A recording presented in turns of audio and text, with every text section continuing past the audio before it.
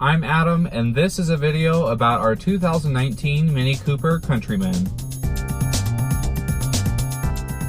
In today's video, we'll start with a little bit of a walk around the outside of this Countryman, and then we'll move inside where I talk about a couple of the features and the infotainment system for you guys. Don't forget to stop by Thursday and watch Brenna's video where she takes this vehicle for a test drive and gives you her first impressions. Okay, as we move around the outside of the Mini Cooper Countryman, the first couple things you'll notice, it does have this classic Mini design with the big headlights and the big tail lights as well. This is classic Mini styling, as I mentioned. Also, we do have these nice 7-spoke alloy wheels, and this Countryman actually is all-wheel drive as well. The outside of this Mini is in chili red as well, and it's paired with a black leather interior. Now, this Mini Cooper is powered by a 3-cylinder 1.5-liter turbocharged engine, and as I mentioned, that is paired to an all-wheel drive transmission. This Mini is pretty much everything you think about when you think of Mini Cooper. So it has the round mirrors, the round taillights, the round headlights. It's very bubbly, and it's a very charismatic car. Alright, we'll come here to the interior where we'll do a quick look around. That way you guys can get a kind of a feel for the inside layout of this Countryman, and then we'll dive in a little deeper.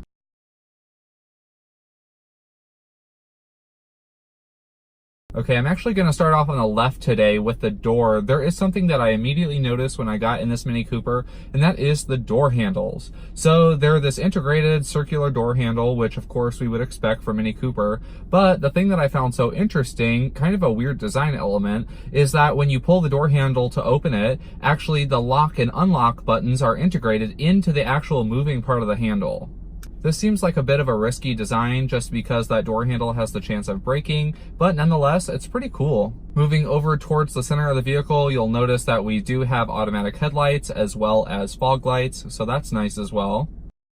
And then we have the steering wheel here in the middle. Now this steering wheel does feature your standard steering wheel controls. So on the left side, we have our cruise control settings. And then on the right side, we have the options to click through our infotainment screen and to adjust the volume. As well, we have our hands-free button and our phone hang-up button. Alright, moving up from the steering wheel, this is something that I want to point out. Mini Cooper has always kind of been known for their gauges. They've always had a very quirky design, and this is no exception. So this gauge system is mainly the one center gauge here, which is the speedometer, and it does have this small info screen down below. You can change the info screen with the button on the end of the turn signal stalk, just like in the BMW we saw a couple weeks ago. The screen will tell you a little bit of useful information, such as miles till empty, date and time, and all that jazz. To the left of that, we do have this tiny little sliver of an RPM gauge, and then on the right side of that, we have a digital fuel gauge. I like the fuel gauge. I think it looks pretty cool. I like the shade of orange that the gauge is actually made of. It's nice. Beyond that, I do want to point out that this 2019 Countryman actually does have auto rain sensing wipers, so that's just a nice touch that you can get on vehicles nowadays, and it's certainly nice to take advantage of when you do have that feature. Alright, now moving into the center of the vehicle, I do want to spend a little bit of time talking about this infotainment system, just because it has a ton of character built into it, and I think that really shows off the Mini Cooper design element. One of the very first things that you will notice when you start interacting with the infotainment system is that the design is all based on color. So our media and radio is red, and then we have our communications and our notifications, those are blue. And then we have My Mini in the settings, that is green. So that's pretty cool. It just gives a lot of character, and it gives a little more interesting design to an otherwise pretty basic infotainment system. In addition to control the infotainment system, we do have this set of knobs and buttons down here on the center console as well. So we have a rotating dial that can also click left and right, and then we have buttons above and below it. We have back and options down below, similar to the BMW X3 we looked at, and then above that we also have media, communications, and menu. Now I do want to point out that Mini Cooper is owned and made by BMW, so it is likely that we'll see a lot of similarities between these vehicles.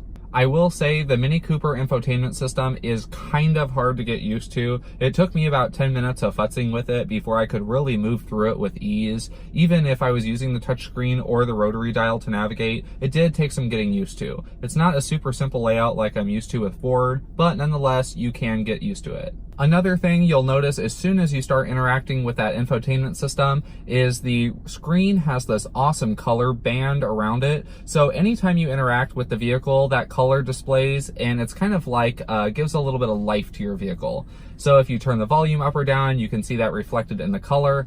If you change your air conditioning settings, or if you're scrolling through a menu, even how fast you're going, all that kind of stuff is reflected in this color that surrounds your infotainment screen, and I love it. It's so cool. Below the screen, we have our standard volume knob and then a couple basic buttons as well as our presets. And then we will move down next, and you guys can see that we have your standard climate controls as well. This is single zone manual adjustment, so it's pretty much like what you're used to in older vehicles. And then below that, we have this nice row of buttons. This Countryman is not fully equipped, but it does have a couple nice things such as heated seats down here, and then we have our defrost and a couple random AC buttons. And then moving down below the AC and the car buttons, we will find a few interesting switches. So down here we have our auto start stop switch, we have our engine start stop switch, and then we also have our traction control switch. I really like this. I know that Mini Cooper also used to put the window switches down in this area.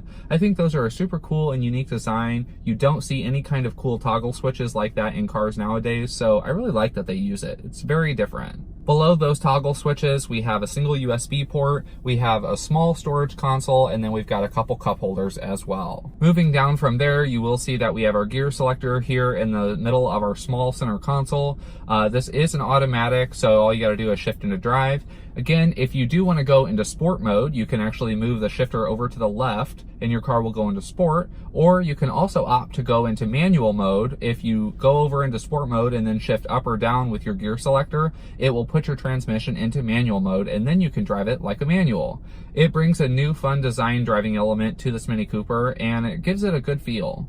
Below the gear selector, we have the electronic parking brake, and then as I mentioned, we have the radio controls for the infotainment system as well. I do want to point out, these are great seats in the Mini Cooper. They're actually quite comfortable. They are heated, as I mentioned. These are manual adjusting seats here in the front, but nonetheless, they are comfortable, and I do like the side bolstering as well. Moving into the back of the Mini, we do have fairly good room in the back, but then beyond the back seat in the cargo area, even though this is a small car, we do have a fair amount of cargo space. You can definitely get a couple suitcases back there. Now looking up, you will notice that we do have a panoramic sunroof up here, which is of course always nice. It's split into two different panes, one for the front and one for the back, and it does have this bar here that kind of breaks it up, but that's where your sunshade is housed, so it's important that we have that. The controls for your panoramic sunroof are up above the rear view mirror here where we would expect them, and it's very easily operated. It vents and opens just like other sunroofs. Finally, one of the last things I want to point out is this Mini Cooper does have a great backup camera system. It's very clear. Thanks for watching today's video. I hope it taught you a couple cool things about this 2019 Mini Countryman.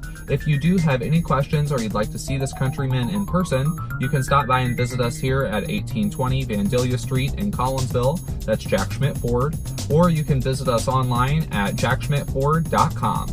And don't forget to stop by Thursday for Brenna's test drive video.